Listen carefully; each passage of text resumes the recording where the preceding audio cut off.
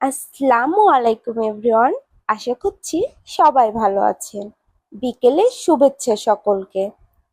মিথ্যা বলা হয়তো মুহূর্তেই সহজ মনে হয়, কিন্তু বন্ধুরা, মিথ্যের ফল কখনো ভালো হয় না।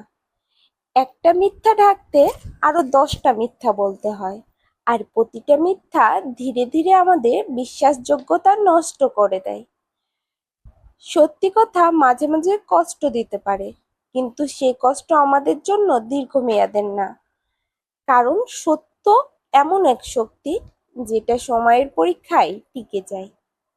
মনে রাখুন, মিথ্যা মানুষের মনে সন্দেহ তৈরি করে, আর সন্দেহ ভরসা নষ্ট করে দেয়। যেখানে মিথ্যা আছে সেখানে শান্তি নেই, যেখানে সত্য আছে সেখানে সম্মান আছে। তাই আসুন, আমরা প্রতিদিন চেষ্টা করি সত্য কথা বলার। যত ছোট বা বড় বিষয় হোক, সত্যকে আঁকড়ে ধরি। কারণ জীবনের সবচেয়ে বড় সম্পদ হলো বিশ্বাস, আর বিশ্বাসের ভিত্তি কেবল সত্য।